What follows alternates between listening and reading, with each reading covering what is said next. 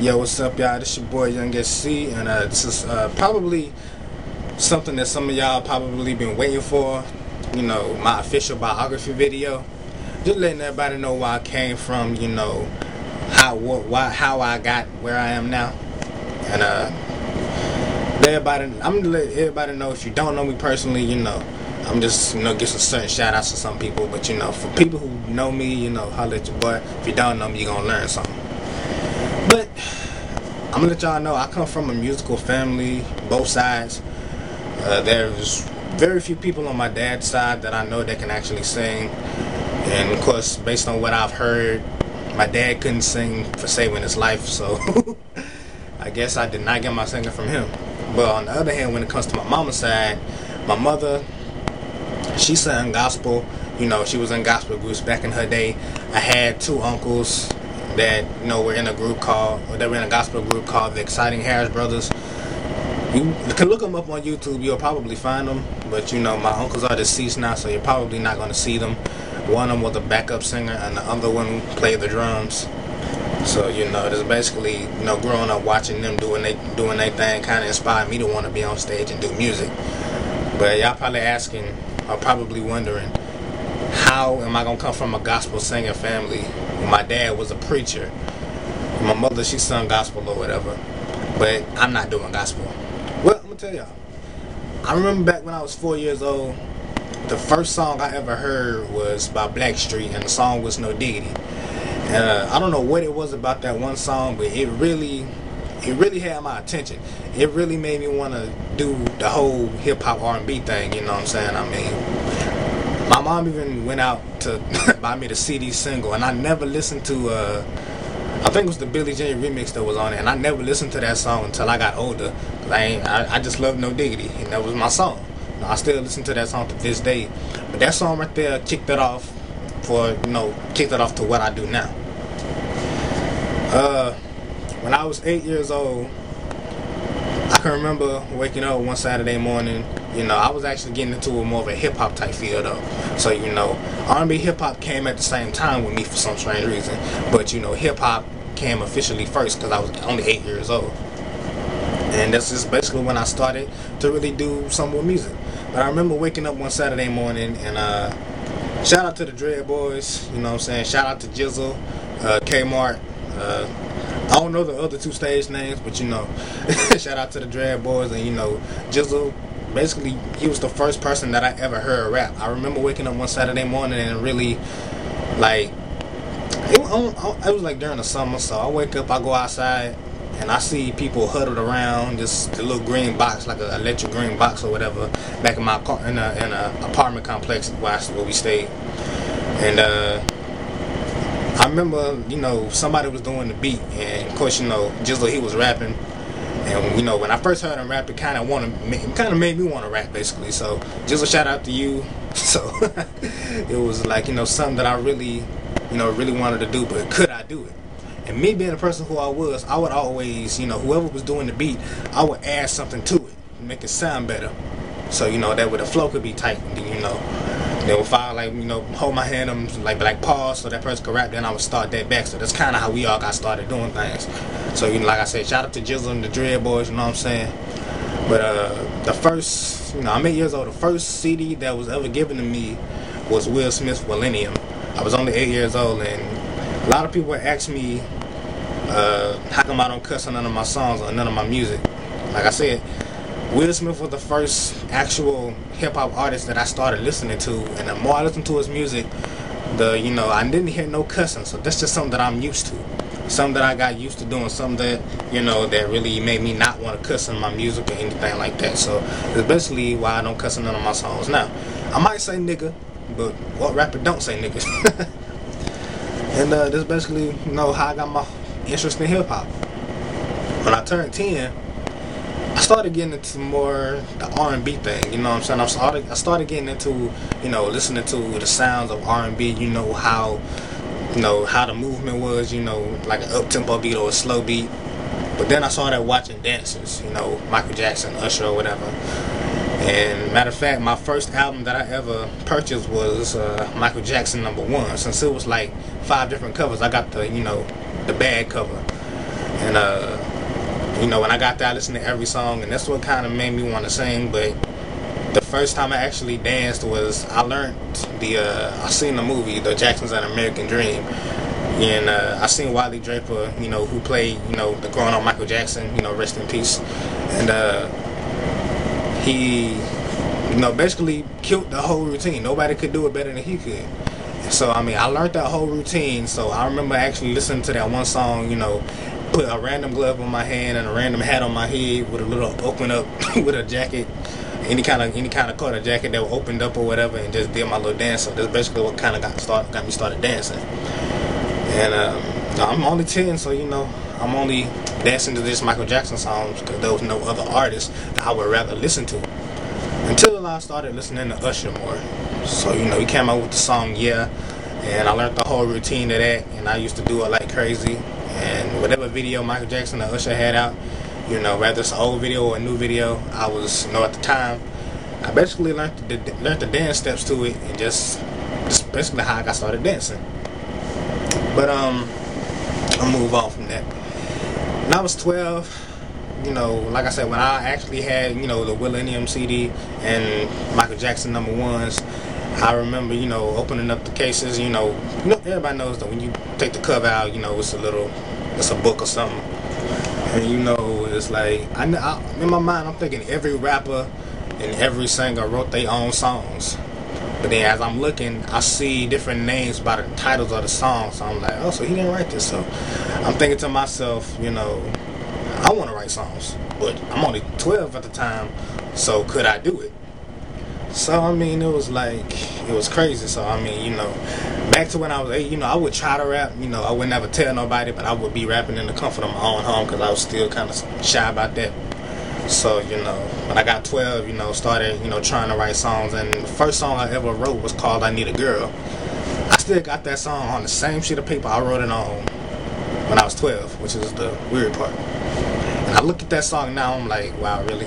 Did I really write this? Because I don't know what to call it, but it's just crazy. But of course, you know, moving on from that, when I was, you know, 13 or whatever, I got my first cell phone. So I would, you know, I taught myself how to text, of course. And I would get on these chat lines. You know, I had a prepaid phone, so I would get on these little chat lines, you know, up on the phone, and basically, like, you know, meet people off of there, you know, girls or whatever. And me being the person that I wanted to sing. So what really made me want to sing was Mario's Let Me Love You. So that's the first song that I ever learned how to sing or even tried to sing, you know what I mean? So I would learn that song and, you know, sing it like crazy. And I used to constantly record myself, whether it was on the tape recorder or on my cell phone, and play it back just to listen to what I sound like. And even to this day, I still do the same thing to see how I would sound singing the song.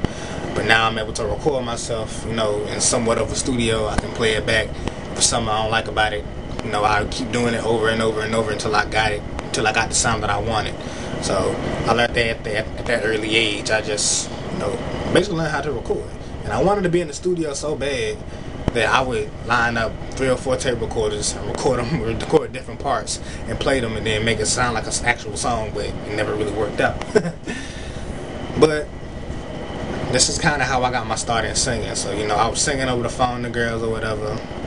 And I'll never forget this. I remember being 14 years old, writing one of my first good songs called Will You Be Mine. Now, back then when I wrote on paper, I wrote a song as if I'm writing an essay.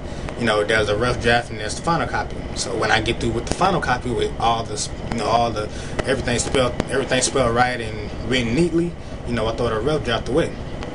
I remember being in my art class in middle school. I'm gonna give a special shout out to this person, because if it wasn't for this person, I would still be the shy singer that I once was. I'm gonna give a special shout out to Shaniqua Crosby, because of the fact if it wasn't for you, I would not be on YouTube. I would not be singing for people. I would not be making my own music, because you broke my shyness. And I'm gonna tell y'all what happened. Like I said, I'm writing my song. Of course, I go back to my, you know, I throw the rep out the way. I go back to my seat, and I find that my song is gone. And I'm looking around for it, and she has it. First thing come out her mouth, sang it to her. I'm looking like, no, I'm not gonna do that, because, like I said, I'm shy. So Of course, you know, she claims she's mad at me or whatever, but she's smiling with it, so I'm like, yeah, okay, she ain't really mad. And it was on a Friday, so she says, okay, okay, I'm mad at you, well, yada, yada, yada, whatever. So I'm like, okay, I got you Monday. So it's Friday, so I'm thinking over the weekend, she gonna forget. Monday come, first thing I hear after lunch, come over here and sing for us. I'm like, dang, man. But you know, I went over there, sung some songs for him. You know, around the time Chris Brown and Neo started coming out, sung songs off of their CDs and everything. Of course, you know, that went on for about 2 or 3 days. And that's pretty much how all that got started. So Shaniqua, I thank you for basically breaking that, you know, breaking my shyness. So shout outs to you, appreciate it, and moving on. You know, I didn't start taking my music seriously. Like I said, when I was 13, I didn't start taking it seriously because my mama did tell me the best way to really get used to singing in front of people was to start a group. So, you know, I could never really find no one to be in the group. Like I said, Shaniqua, she was one of the people that was in this group, which is how she kind of like broke my shyness on singing or whatever. So it was never really an official group, but so when I was like, I think I was like 14 or 15, I got really desperate because I wanted to really pursue that as a career, but nothing really happened. I couldn't really, you know, I couldn't just wake up and become a celebrity. I just had to, you know, go for it, you know, for myself. So like I would be at school on the internet searching for things, you know, I can get into that could help me with my music. I found a couple things, but they really wasn't anything. They really wasn't what I was looking for. So I was like, well, maybe this ain't for me. But it's like as soon as I said that, something told me to, you know, keep doing it. So I kept doing it. When I was, I want to say, I'm gonna skip ahead some years because I can't remember everything that happened in between then. But I can remember when I was 17. I want to give a shout out to, you know, Redstone, of course. They hip hop group, I guess, from Atlanta, Georgia. Anybody who knows, my bad, on my phone ringing. But anybody who knows, I actually used to call Say Now a lot, and that's how I met a lot of people. And, you know, of course, you know, with Say Now, celebrities, they never respond back to people. But these people, they ain't really famous, but then, you know, they kind of know, people know them. And they basically, you know, they was the only celebrities or whatever you want to call them that actually hit me back up. So it was one random day that was having a Jamie Foxx contest. So people had to call in and sing Just Like Me by Jamie Foxx.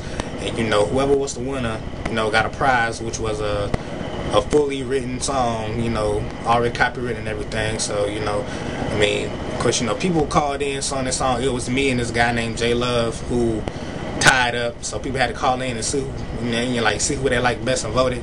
I came out being the winner, but I never got my prize. But it's whatever.